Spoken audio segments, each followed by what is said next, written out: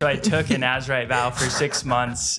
So I didn't cut the hair. I grew out like really long hair and a beard, which by the way is super helpful if you're not trying to date, to have a massive beard and long hair. Imagine if I met him back then. I would have been like, okay. He's the red-haired Jesus. Yeah.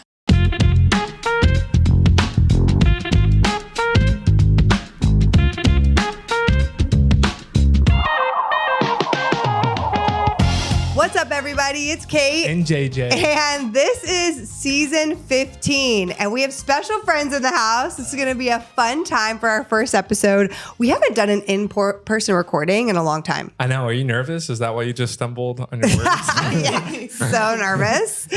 Spoiler, actually, this is the second time we're recording this episode. So thanks to Riley and Jack for being willing to come on a second time, which just means it's going to be even better. Amen. Yep. Yeah. But guys, really quick, before we dive in, this season is all about the basics of dating, like equipping you with the things that you need to date differently in 2025. And this podcast has been going for this year. It's going to be 8 years. And so in this season, we wanted to compile all of our different main tools that we supply singles with throughout the last 8 years and put them all into this season. So we really think it's going to be helpful. JJ, what's coming up next month? Conference, yeah. I was just laughing because of having Jack and Riley in the intro. Yeah. They're in the background like, wow, that's amazing. So awesome. Truly. I was like 8 years. Yeah, That's so inspiring. I know. Yes. So faithful. And you guys have been here for almost half of it. Yeah. That's so cool. That's so That's true. wild. So long-time guests. Now, we got conference next month in Dallas. You guys want to come? I know with the baby, you might be a little tired. It's not it being four days after the due date. Yeah, literally they're due like February 10th and it's that's like, wild. I saw it. so probably they're going to miss this one. I would That's have to so say. But you have been a speaker at 2 of our other events, Yes. which has been awesome. Well, instead of us bragging on conference, Riley, what was your favorite thing about conference that you experienced? Oh, and I just want to say to everyone that's listening, these conferences are incredible. So if you've been before, book your ticket. If you've never been, you have to join, because it's just, dating can be so unknown, and it can also be very like attached with a lot of disappointment.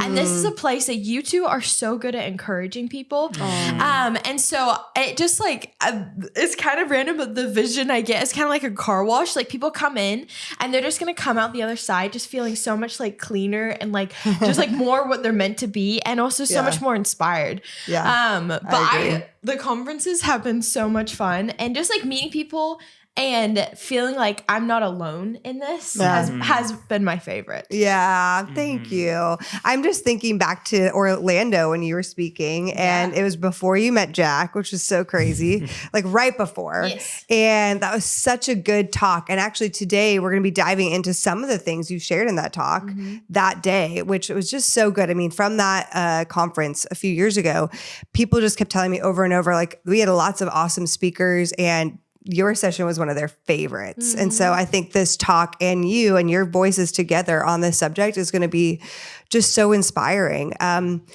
so it's really cool because you also have a book coming out like in 2 weeks, I think. Yep, So January 28th. it's so cool. I'm so excited. You guys probably don't know all of Riley's story, but it is insane. And so you do tell a little bit about your book coming out. Yeah, so my book is called 3 Seconds of Courage.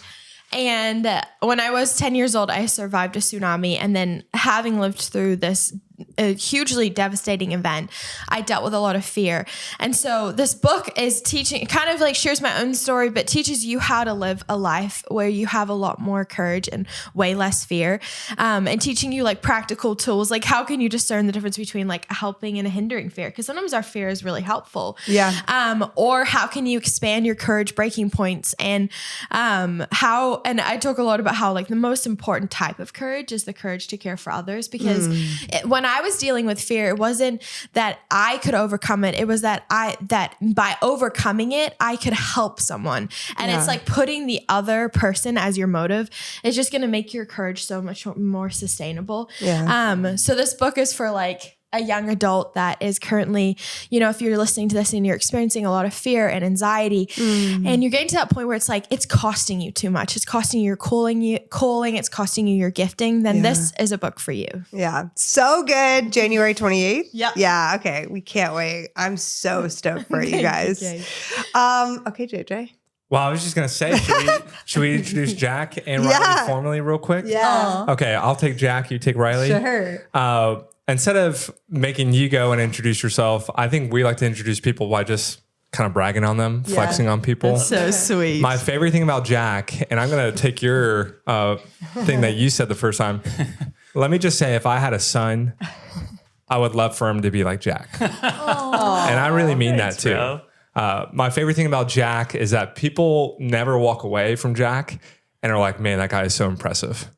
And that's a funny compliment to give, but I'm like, whoa, is that an underhanded, backhanded? What is that, JJ? No, because Jack is the most unassuming and most humble guy I've probably ever met. And he's so others focused. He's so curious. There's no time for him or need for him to flex on anybody else. So no one walks away from a conversation with Jack with just like, man, that guy is just spectacular. He's so charismatic and charming and just But then, what's funny? It's the second, third, fourth, fifth time as people hang around Jack, they always come around. And I promise you, they always come back around and say, dude, Jack is the man.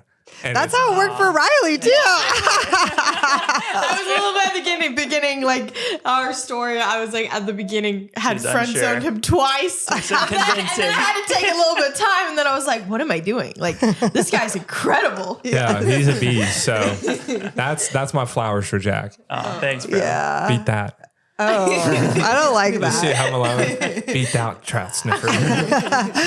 Yeah, Riley has just been you're such a source of joy and passion for the Lord. And it's just so authentic to your DNA. Like you don't try to be that way. You just are that way. And it's something like truly, we said this on the first time we recorded, like I pray that Eleanor is like that. And I really mean that because you just have a joy that's contagious and a joy for the Lord that is so inspiring and like a heart for the Lord that is just so pure. And so yeah, I just love you guys. I love seeing you guys together. I mean, if you guys don't know this, like over the last year before they, are now settled and having a baby any moment now, they were traveling the world and being missionaries together, like in one of their first years of marriage. And so just so cool that you guys like sold everything and went on the road to all these countries, found out you were pregnant in Uganda. Okay. Yes. Like what? In fact, they were torn between moving back to Franklin and buying a safari park in Uganda. Yeah, those were two top choices. That was your like red pill, blue pill moment. Like two different universes. Yeah, it was a tough choice. So. Your baby would learn to like ride an elephant like as she was growing up. Different. But now she'll just learn horses. It's all good.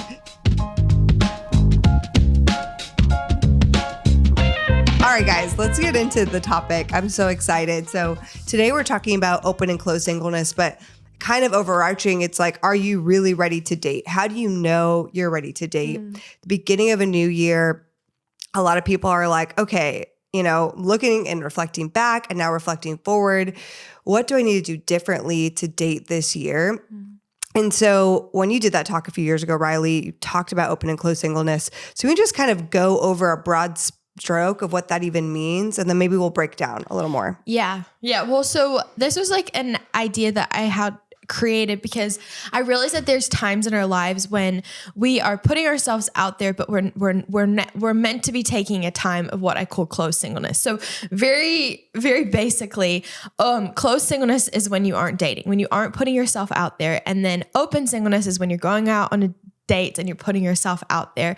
And it's so important for us to decipher with the Lord what season we are meant to be in, because the gap between what we expect and what we experience is where disappointment is formed. Yeah. And so like, maybe you're putting yourself actively out there and the Lord's like, hey, like I want you to come away with me. Like I still like have some things I want to like love on you and teach you before you go on your next date. And God is ultimately trying to lead you to somebody who is good for you and great for the kingdom. But there's so much, like, I remember having this conversation with my mom, and I was like, Mom, like, where's the right person? And she said to me, Riley, like, the question is like, are you the right person? Would you date you? And so that's why, like, these figuring out what seasons are in, especially the closed singleness, is so important for us to like work on ourselves and work on our intimacy with the Lord. And I just think of the scripture, and it says, like, there's a season for everything and a time for every matter under the heaven. And he has made beautiful. God has made beautiful everything in its timing. And so it's trying to figure out with the Lord, which season you're meant to be in. So quick question there. Do you feel like closed singleness, like you said it earlier, you're meant to be in closed singleness. Do you think there's kind of like a calling, a responsibility, a leading to like, hey, I want you in this sacred season. I don't know if you want to slap the word like celibate on it, to make it even more holy. But do you feel like there's a call from God in that singleness? Like it is a divine season that God has given you with a very, very sacred purpose. Would you go that far? I would, because of my own experience that I saw the Lord, like he needed to guide me into closed singleness. And I think about in the Bible how there's so many seasons of the wilderness before the Lord like unleashes people in their calling, or before he like unleashes them into a miracle. Think about like Jesus, how he's in the wilderness before he starts his ministry, or John the Baptist, or Elijah in the wilderness. And the purpose of the wilderness is to build intimacy with the Lord and build our character. But Jack, what would you say? Yeah, I think it can be a calling. Like we can sense the Lord telling us, hey, I want you to come into a season of closed time away. But I think also we don't have to wait. If you're noticing, hey, I see some unhealth in me in my dating life, and you want to grow in the Lord, this is like one of the best ways to take time set apart just to give it to Jesus. And I would say you don't necessarily have to hear a calling from the Lord. You can just discern for yourself, like, hey, I want to grow in some of these areas, or ask the people around you and realize I have some growth areas, and this could be a really good way for me to take a time set apart just to grow and to become the healthiest, fullest version of myself. Yeah. So good. Like sometimes there's a calling, and then sometimes it's just wise too. Yeah. It's wise and prudent. And there's also a calling sometimes. So can we break down like some practical reasons why somebody maybe should actually be in closed singleness? Yeah. So I had moved from New Zealand to America, and when I first got to America, I started using dating as a way to like make friends, and also got to this point where dating was becoming really unhealthy. Really? And Wow. It's like, Riley, wisdom. who are all your friends? Thank and you're you. like, this guy, this guy, this guy. I've been on a date with this one once, this one 3 times. Such a sage. Wow. And the reason I was dating is because I was in a vulnerable place, and I was just lonely. And I remember talking to my mom one day, and she was like, Riley, you have an addiction. And I was like, what? She was like, you're a male attention addict. And it was true, because I was relying so much, like my self-worth was attached to men's opinion of me. And I was relying on the affirmation that you sometimes get from dating to like fuel my own self-esteem. And it was just, this was a time, and my mom had this conversation with me after I went on a date with the chef at my work. I was like serving. I was a waiter alongside. Wait. So now you're lonely, to make friends, you're dating, and on top of that, you're dating your coworker. No, we Your weren't boss. allowed to. Like we had literally signed this thing being like, you're not allowed to date the staff members. So I was like, the Lord was like, girl, this ain't good. It's like Jonah. Yeah, he's like gonna throw me in a whale. Like, all right. So that is one of the reasons, to answer your question, is like, that the reason you're going on dates is unhealthy.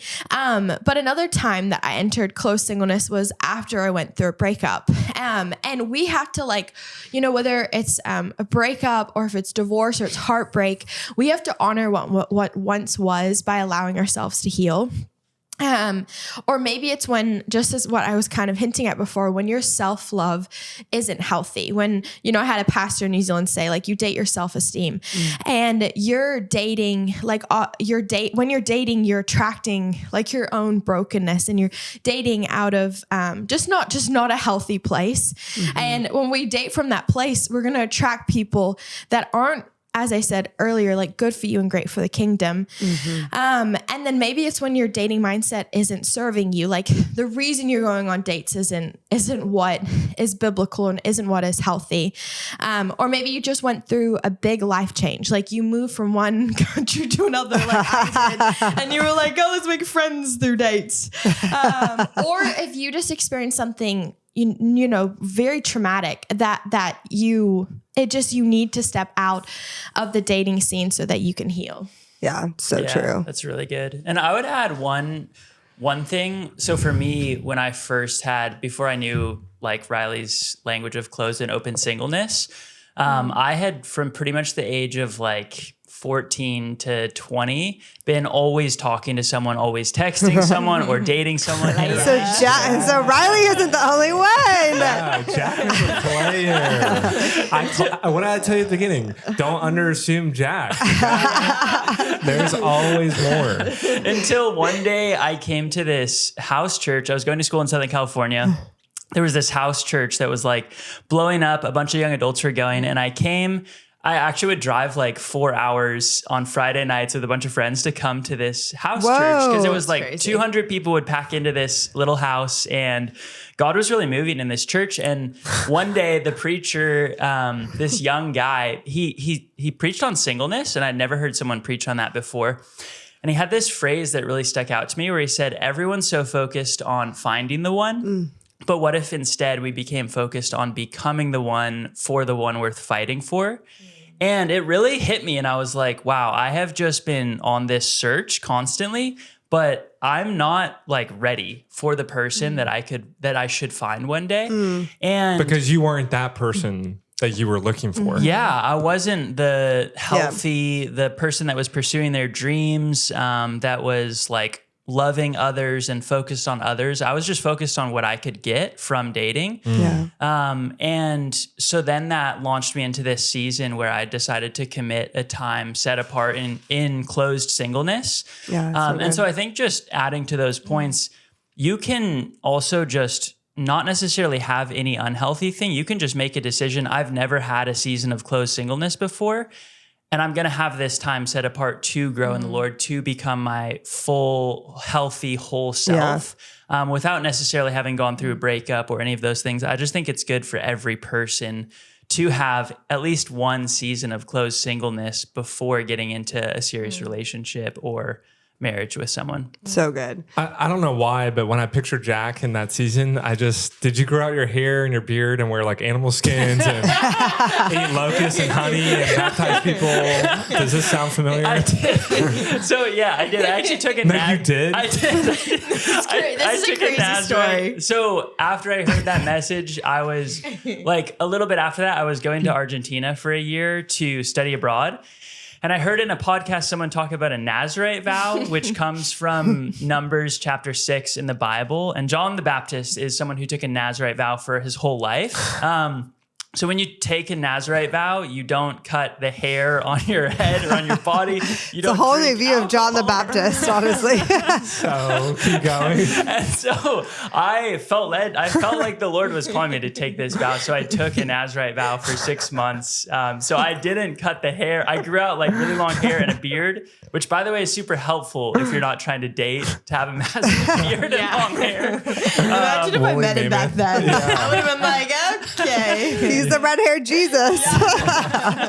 And so the idea is just to consecrate yourself to the Lord and have a time. And didn't you the way you traveled at that time was through roller skating? Yeah, I did have, when I was living in Argentina, I would ride around on my rollerblades. Was that part of your vow? Imagine Jack with his his beard and his hair, just like through Argentina. That is so I also funny. at one point broke out one of my teeth, and so I was missing a tooth for a couple On weeks. purpose? You did that as part of your vow? I missed this part of the Bible. Anyways, those things were helpful for not dating. It was like, He was toothless.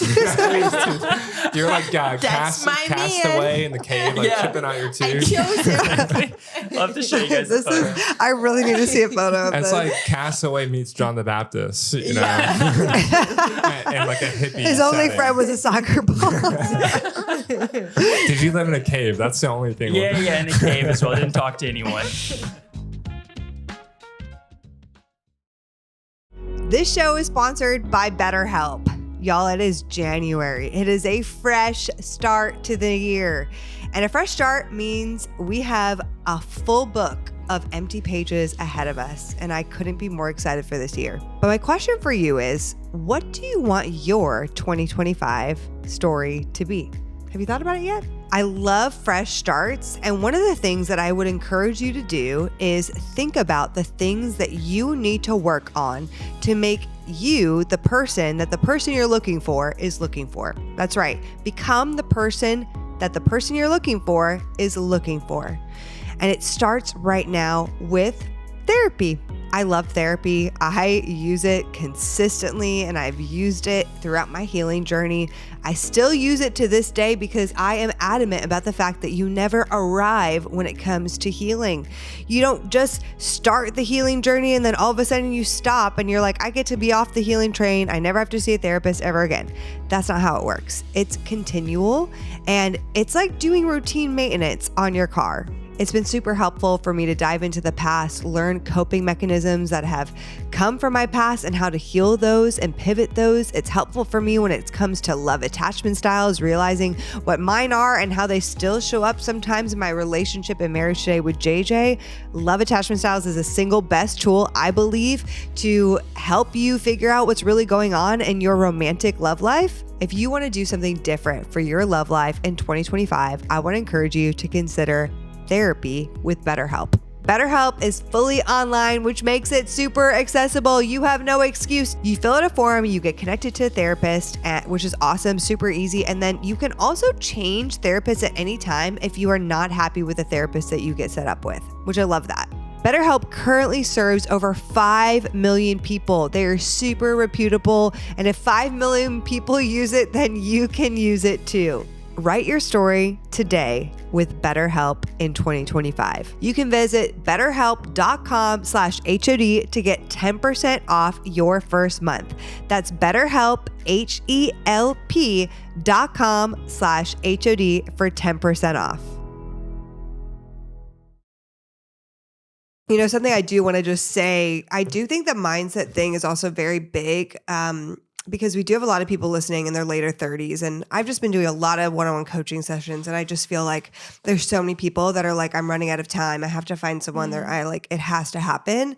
And I always challenge them like, hey, if your mindset is already so set on your happiness is going to be fulfilled once this thing happens, I don't think you actually should be dating at all, which sucks because I know they want to be dating so badly. But I'm like, you're going to be putting too much pressure on the situation. You're going to be looking to somebody for something that they might give you for a season, but it's not fully sustainable. Like you have to get that from the Lord and even coming to the place of, is the Lord enough right now? Because that's a question where I think people are just like, oh my gosh, well, I have to have this thing and my time's running out. And if that's your perspective, or if you're already thinking that there's no, like you're going to maybe put yourself out there, but probably nothing's going to happen, then I don't know. I just think that it's probably going to end up worse for you. And it's going to not be a great season of dating, might lead to a self-fulfilling prophecy of then feeling more alone, feeling more broken, feeling more burnt out and hopeless. And I think that the mindset piece, especially for older singles, is just really, really important and potentially an indicator for close singleness for sure. Yeah. And it's really cool that when we, as Christians, we mark our lives after the life of Jesus. And it's really interesting that he could have gotten married. Yeah. But he chose not to. He chose to do his, to live out his ministry and his life as a single person. He self-actualized as a single person. He's just started ministry. He healed people, and he conquered death as a single person. Yeah. And Jack, there's that scripture that we were like talking about on the drive here from one. Yeah. You do want to share it? Yeah. Yeah. I think before I read it, like our culture today is so big on marriage, like especially if you live in America, but just in general, like culture makes it feel like you can be less than to be single, but the biblical worldview is so different. Like what the Bible has to say about singleness is so different. And in this scripture we're about to read, it's in 1 Corinthians 7. We see Paul, who also lived, as Riley was saying, Paul also lived as a single person, and he believes that it's better to live as a single person. It's not what we hear in a lot of churches where it's like, oh, until you find your husband one day. Paul is like, no, please, like live your life as a single person if you can. This is what he says in 1 Corinthians 7:32. He says, I want you to live as free of complications as possible. When you're unmarried, you're free to concentrate on simply pleasing the master. Marriage involves you in all the nuts and bolts of domestic life and in wanting to please your spouse, leading to many more demands on your attention. The time and energy that married people spend on caring for and nurturing each other, the unmarried can spend in becoming whole and holy instruments of God. And so I think, like Paul is saying, you have freedom of time and attention in your singleness, and you can devote that to just pursuing and falling in love with Jesus and being loved by him. And I know that can be hard to hear in our culture, that it feels like so much pressure to get married. But I just want to say that like marriage is just a breath. Like we're only on this earth for a breath, and we're going to have an eternity of loving and being married to Jesus. And it's such a gift to be able to press into that, to press into him now, because his love, as amazing as like Riley's love is to me in our marriage, Jesus's love is 1,000 times better and 1,000 times more fulfilling than any human can be to us. Yeah. Like at some point in our life as a Christian, the idea of the kingdom of God, eternity with him, and marriage with him has to graduate from an idea, a theoretical thought, and just merge itself into our reality and day-to-day experience. And until that happens, I don't know if it's possible to believe what Paul says. I don't know if it's possible to surrender the idea of marriage. Like until the idea of the reality of eternity is your day-to-day experience. I don't know if it's possible to forfeit the idea of getting married and be happy with being single, because the hope of eternity, the hope that Jesus clung to of eternity in the kingdom was so great that marriage was a breath. It was like Legos. It was like nothing, right? It was good enough. But for us in our day-to-day experience, and that's the question that always haunts me, it's just, when did heaven stop being enough? Like when?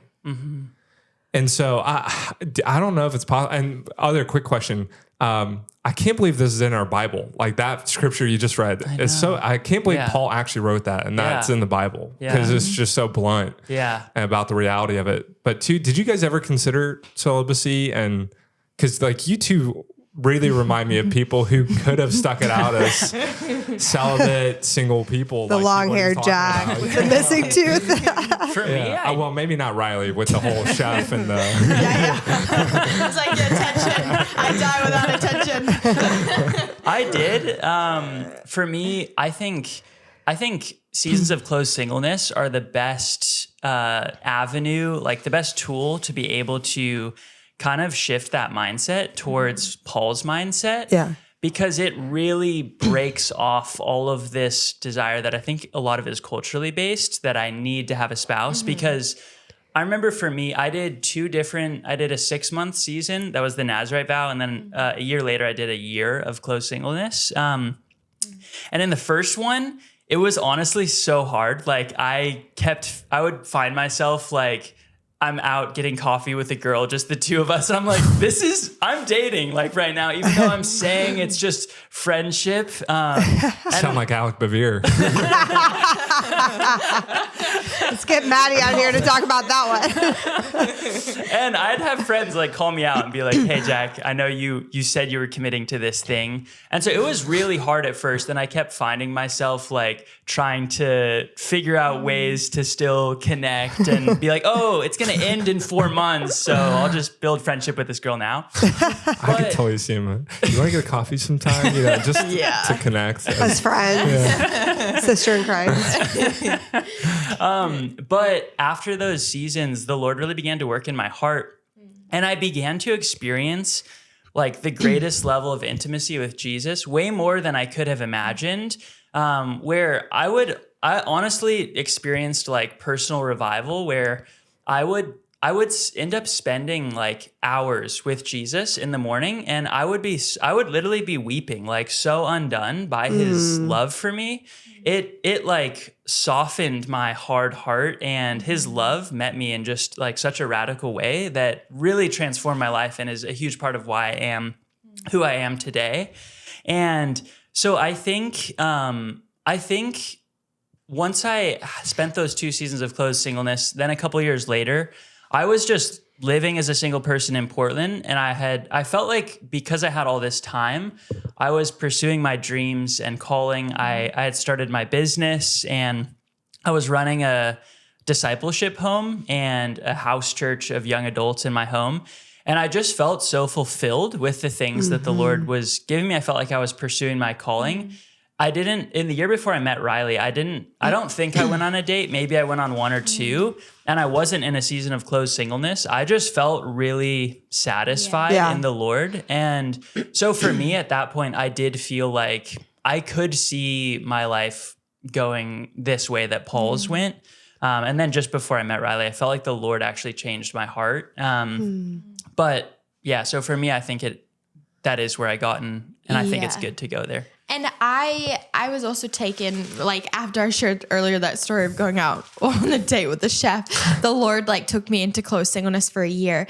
And in that year, I had this one time where I woke up in the middle of the night and I felt the Lord asking me a series of questions. And he was like, if you never wrote a book, would I be enough? If you never spoke, would I be enough? And each time I was saying yes, but it was getting harder and harder to say yes. And he was like, if you were never a mom, would I be enough? And then he finally said, if you never got married, would I be enough?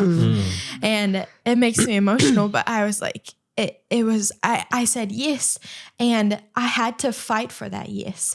I had to fight that God was truly enough. And I love what you're saying, Jack, because even like later on, a few years later, when I started to like really like, at one point I really felt like I know we talk about this, but like the gift of singleness, I started to actually experience it. Yeah. And some like, imagine if somebody like comes to your house and drops off a gift and you just leave it on your counter, you never open it. Yeah. That's what I was like in my singleness for many years.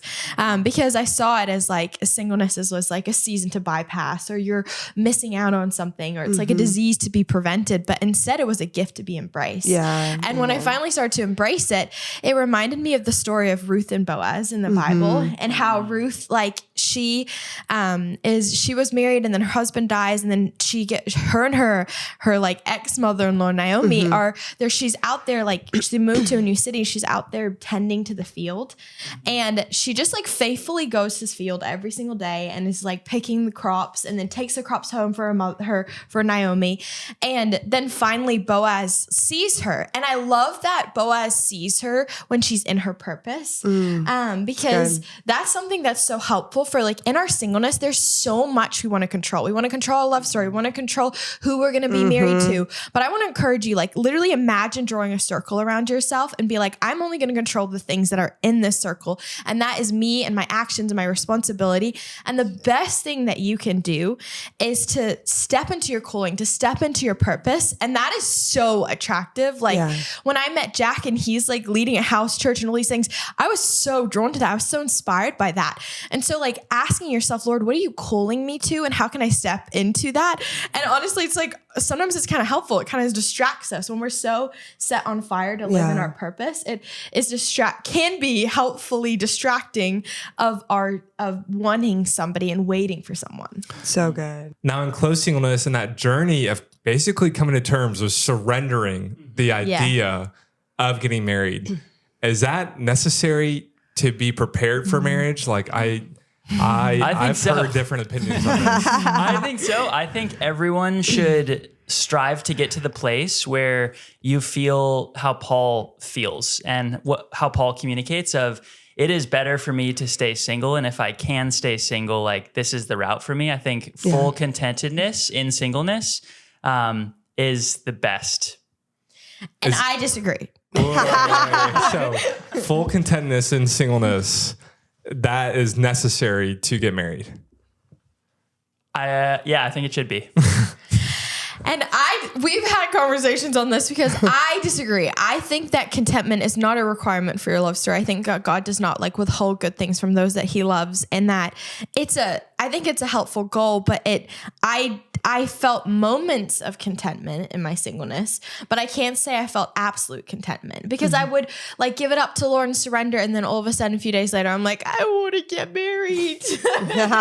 Where's my person? And so I never fully felt that. And yet the Lord, like, I think it's a good goal to have, but it's not a requirement or a necessity.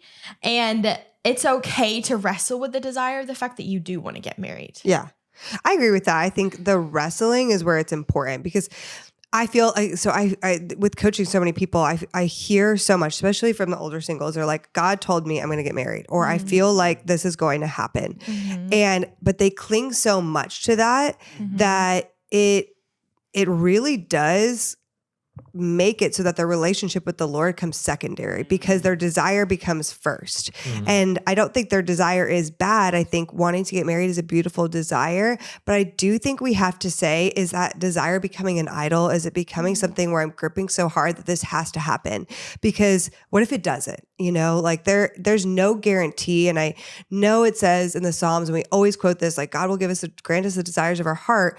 And there are still things that he doesn't give us. And he wants to give us good things. And yet we're not guaranteed every single thing that we want, even if it's a good desire.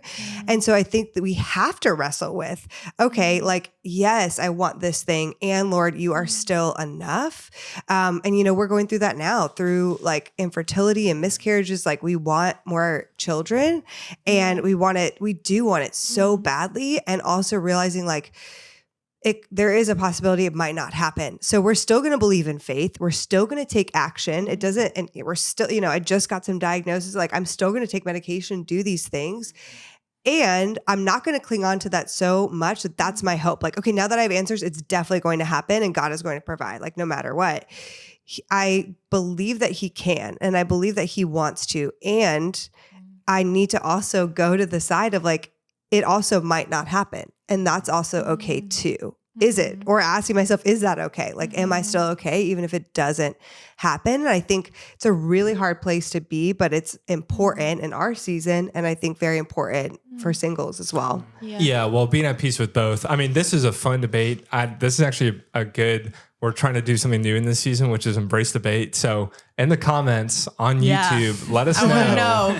Is it necessary? Or does God still give good gifts if you haven't gotten to that place? I am torn. I think you can't be torn, JJ. You got to choose a side. I disagree with Jack. I don't think it's necessary, but I think it's the best thing you could ever do. Because that single season, and number one, building intimacy with Jesus, and then two, I also think it. I think it just builds the character to handle the responsibility and call of marriage. One of my favorite fun facts about Paul and his story that not a lot of people know is Paul didn't go straight into ministry right after his encounter with the donkey. He actually went away for 2 years. 2 years. What was happening in that 2 years? Jesus waited 30 years before he launched. So there's clearly seasons of like preparation and character building and intimacy building before launching. And I think a lot of times if you do jump into marriage without the character to handle the responsibility and the maturity, that for me is a recipe for a really hard marriage. You have just some very immature, unhealed people stepping into a huge responsibility that they're just quite frankly not capable of having. And if I met Kate at 24, I would have ruined her. I really don't know if we would have had a great marriage and survived. I was so immature and unhealed. I was not ready for the responsibility. I didn't have the intimacy nor the character to handle that kind of responsibility. So in a lot of ways, I do think that prolonging is sometimes that character building journey that God gives us to go on that can take longer for others So good. Yeah. And Kate, I just want to add on to what you were saying before, because I absolutely loved it, is I want to encourage people to make sure that your opinion of God is not attached to your circumstance of your life. Yeah. Like that's the hardest part of waiting for unanswered prayers. Yeah. Is what we believe God to be. Like if we see our lives and we, you know, I remember being in my singleness, and in my singleness, we met when I was like 27 or 28. And I really, honestly, I was one of those people I thought I'd be married when I was like 21. And I watched both my younger sisters get married before me. And I remember thinking having opinions against God because of the circumstances of my life, because of my singleness, I had like bitterness against God and being like, God, you're not providing for me. And that's like one of the most important like battles that we can have in our lives, is to fight for the believing in the goodness of God, no matter what the circumstance of our life is. Yeah, it's so good. So we've talked a lot about close singleness. It's so important. I want to also go into open singleness, like, because I think there is that balance of, you know, some people are like, oh my gosh, I just shouldn't date. I'm not ever going to be ready enough. And I do think there's a balance of you're never going to be perfectly ready. Yeah, like there's, you know, I would say even in dating JJ, I thought I was in such a good place in terms of where I was at with contentment with the Lord. I loved my life. I was thriving in my singleness. And there were still things that like I was imperfect on, and things that definitely came up in dating. And so there's that balance of you're never going to be perfectly ready. You know, I don't want you to hear this as well and be like, oh, I'm like so far gone. Like I'm never going to get married. I have a lot of work to do. You know, I think there's a balance. So what would you guys say are some maybe indicators that maybe someone should go into open singleness? Yeah. I love that you said that, Kay. That was really helpful. But yeah, I think when you are ready to go from the season of closed singleness to open singleness is when you're not going on a date because you want attention or you're trying to make your ex jealous, or it's like a form of distraction, but instead you're going on this date because you're genuinely interested in getting to know somebody, and your priority of what, and even like what you're looking for, what's important to you is good. Like you're looking for substance over image and character over looks. And then if you, one way to figure out if you're like growing in your healthiness and dating life is how you respond when someone rejects you. And so like good. When I was at that phase when I was like, had gone on the date with the chef, like if he had rejected me, oh my gosh, it took me out for days and I was attached to my self-esteem and I was like so heartbroken about it. But then finally, after that year of closed singleness, it still hurt, but it didn't impact me as much as it did before. Yeah. And then finally, when you like know yourself and you love yourself, and just a little like tidbit, like I would go on a date and ask myself like, hey, do I like and respect and enjoy this person enough to go on a next date? Because I also had to slow my mind down. I think a lot of girls can relate to this. So we'll like go on a date with someone and we'll instantly be imagining the marriage. Yeah. And so like something that was helpful for me would be like, go to the fact board, Riley. Like go to what is actually the reality of this. This is like, this guy hasn't confessed his love to you. He just asked you out to coffee. So like, let's act relative to the reality that you live in. And that's a word for many people. And I think something I'd add to that is just when your mindset is what can I give to this person instead of what can I get from them. I remember I had a friend challenge me, and he was like, what if you went into dating thinking, I want to leave this person like better off than before they knew me. And I want to lead them closer to Jesus than they were before they knew me. And that really shifted my mindset because I realized how selfish I was being. Like even just going on a date, and just really, I damaged a lot of people. Like right after I became a Christian and I was just like fumbling my way through dating, I caused a lot of hurt until I took that season of closed singleness, and then a friend encouraged me to have this mindset. And then I began to go into dates, and I kept, because I was thinking about how can I make this person better and closer to Jesus, I was able to like keep boundaries if we ended up going on more dates. And I was able to just like really think about, man, maybe they're going to get married to someone else. Yeah. And I want that person to be able to say like, thank you for treating my wife well one day in the future. Man, So that is good. so good. That's our golden rule of dating. Like the easiest way to make dating just the best is have the golden rule. Leave this person better than you found them. Yeah. Period. Just that is your guiding question. And I'd actually say for guys, how do you know if you're ready to date? Well, you are consistently leaving every single girl you meet better than you found them. And you have the character and the wherewithal and the wisdom. That is your top priority guiding your dates. That's so good. And if you're not that place, don't date. Yeah. Like, please don't date. Because like you and like me, you're just going to cause more harm, more destruction, more sadness, disappointment in the wake of your dating. Yeah. And people are going to leave saying, if that's a follower of Jesus, if that's a man of God, I want nothing to do with them. Right. Yeah. Well, speaking of your book, 3 Seconds of Courage, I do think there's a lot of courage that people need when they step into dating, especially in like if it's been a while or if they've been really burnt in the past. So how can they like embrace that courage in dating? That's so good. Yeah, the reason I called the book 3 Seconds of Courage was because it's helpful to know that like micro moments of courage can like dramatically change our lives. Yeah. And how do we have like when I'm struggling to do something or if I'm experiencing fear or doubt, like I'll count to 3 in my mind and then I'll like force myself to do it. Yeah. And we can use that tool in dating, and that might look like sending a text to someone to like, if you're a girl, like to, as you guys teach, like drop the hanky. Yes. Or it might look like saying no to somebody, or it might look like sending a text to somebody. But ultimately, whatever it is, it's relative to what is obedience to the Lord. And so like what I mean by that is it's like asking really, I want to encourage you, like after this podcast, like sit down and ask the Lord, hey, do you want me an open or closed singleness? And then if it's closed singleness, how long? And then just like trust the Lord to guide you through that season. And so, if it's in closed singleness, it's like choosing, like Jack was saying, he wanted to text some girls, and that closed singleness is like choosing not to text the girls.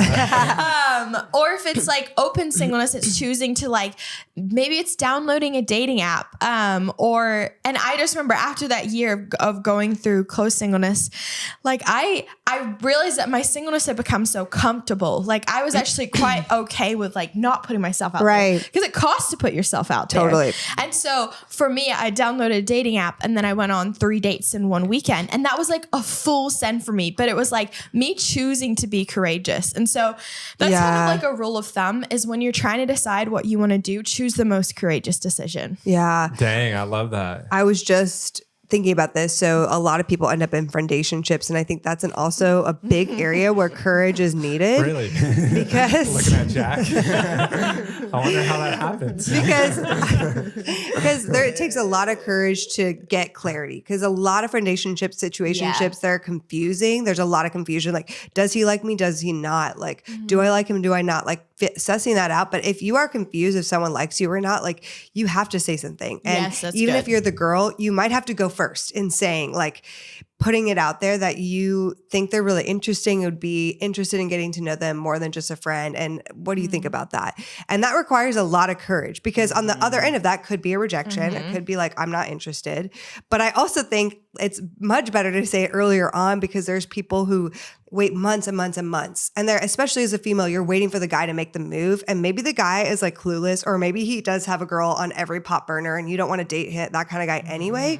But can you explain that analogy? Yeah. So the analogy of the pot on every burner is you picture a stove and like all the different burners on the top of the stove. And it's like you have a pot in the front and that one's boiling. And then you have one in the back that's just simmering. And then you have something in the oven. So there's people out there, myself included, and dating, JJ included, Jack, maybe also Riley. Definitely for sure. All 4 of us, where there's just seasons potentially where you have somebody at any point in time that you can like tap into, like, oh, well, I'm kind of feeling lonely this day. Let me just tap into this person. Jack's like Ratatouille. He's got like 10 dishes in there. That was for sure. I had so many moments of that.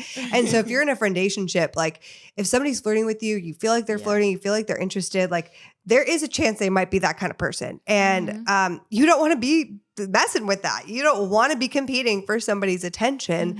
And then the second part of that is they just may be clueless that you're actually interested in them. And so it does just take so much courage to voice that, but it's so much better to get the answer of yes or no than to continue to wonder and wonder and wonder for months on end and, potentially even risk like falling in love with the person. Yeah. And then one day they walk in with a girlfriend or a boyfriend and you're like, oh my gosh, like I have developed so many feelings and that's just not wise for your heart. One final question. This has been so good. Some people, they're like, okay, I'm going to be in open singleness. I feel like the Lord's calling me to that. And, there might be the person that starts that off this year and then they're really excited. They're like, let's go. They're like, on the first day of school, they're like bright-eyed, bushy tail, like so excited. I got my tool. I got all my new school supplies. Let's go. And then like nothing happens. Or they have a horrible first day at school, right? It's like the horrible beginning of putting themselves out there. Or like no prospects at all, basically. So what would you say to those people or that person? Well, one, I would say I remember experiencing that. Like I remember being like, I'm putting myself out there, I'm doing all the things, but there's like no traction or like, I feel like no one sees me. I felt so hidden. And I want to say there's like a few things that could be going on. Is one, when I look back on that, I do believe that the hiddenness was protection from God. And I just think that there was things that the Lord just like, he was, he just had other things he wanted me to focus on in my life. And then two, I think about think about a fruit tree. Like when a fruit tree is out of season, it doesn't mean that the tree is dead. And so sometimes when there's seasons of our lives where we aren't producing fruit, where we're not going on dates, where we can't see like tangible evidence of progress in our dating, it doesn't mean that there is something dead in our season. And those are the times when I want to encourage you, like rely on the Lord and be honest with the Lord, because there's this like term, it's called vicarious grief. It means when we grieve something we can't see. And sometimes that is attached to our singleness. When we grieve the fact that we're older than we thought we were, and we're still not married, the Holy Spirit is a divine therapist, and He is the greatest comforter. And so I want to encourage you in those times, like run to the Lord and tell Him honestly how you feel. And then another practical thing is I would just take myself out on dates, and I would literally just like I started doing this thing every Friday. I would go to this like diner down the road and go have French toast and sit there, and like it was kind of like I was going on a date with God, and I would just like journal and have fun. And I just decided to not let the lack of action in my dating life mean like a lack of love or a lack of intimacy, and instead like was just like pursuing mentors, finding good friends, and keeping my life busy with the things of the kingdom. Yeah, that's so good. And I would add, there's a reason that patience is a fruit of the Spirit. And really, I think in our culture, we're in the immediate gratification culture where we want everything now. But when we look at the stories of the characters in the Bible, like King David, it was 14 years from the time that he was anointed king to the time that he became appointed king. And there's a process to this. Like you're not just going to find your person. If your desire is marriage, you're not just going to find your person tomorrow. The Lord He wants to grow us throughout this whole process of dating, and He wants to break things off of us and grow us in certain areas. And then on the idea of courage, I would say, like, if you feel like nothing is happening, make it a goal to get rejected. Like, I think it's actually really good for us to experience rejection in dating. I know for me, I always felt good that I put myself out there, that I like sent it, even if it was a rejection. It was like, okay, I know that this is not the one. So now I can move on to the next thing. And so whether you're a guy or a girl, I would say, like, if you haven't experienced rejection, make it a goal to experience that in your dating life. So good. I think that's so true. Like it's important to experience that and see how do I respond when this happens? Like, where do I really feel? Am I questioning myself? Like there's so many good things. Guys, this has been so fun. So Riley, your book's coming out so soon. Where can everyone get it? Yeah, so 3 Seconds of Courage is available everywhere on Amazon, all the bookstores. And I'm really excited for you to pick up a copy and read it. Oh, you guys have to. Oh, Eleanor says, yes, go get 3 seconds of courage. Eleanor just joined us. What do you think, Eleanor? Look.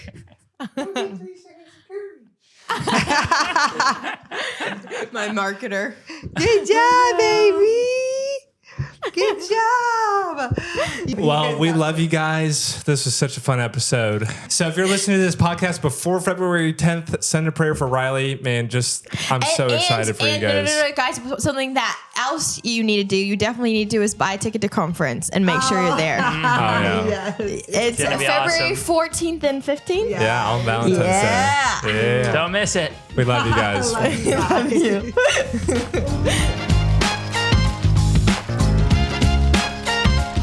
The Heart of Dating podcast is created by Kate and JJ Tomlin. Shout out to our epic audio and video editor, Scott Caro. We have an amazing Heart of Dating team who helps bring the show to you each week. I want to shout out Kelsey Napier, our Heart of Dating digital marketing coordinator, and Elena Gibson, our brand and community manager. We couldn't do it without them. Now, if you guys have never ranked us or reviewed us on iTunes or Spotify, would you consider doing that? It would mean so much because our podcast can get more discovered and more people can learn how to better date as Christians. Don't we all want that? We launch our podcast each and every week on Wednesdays, so we will see you next week.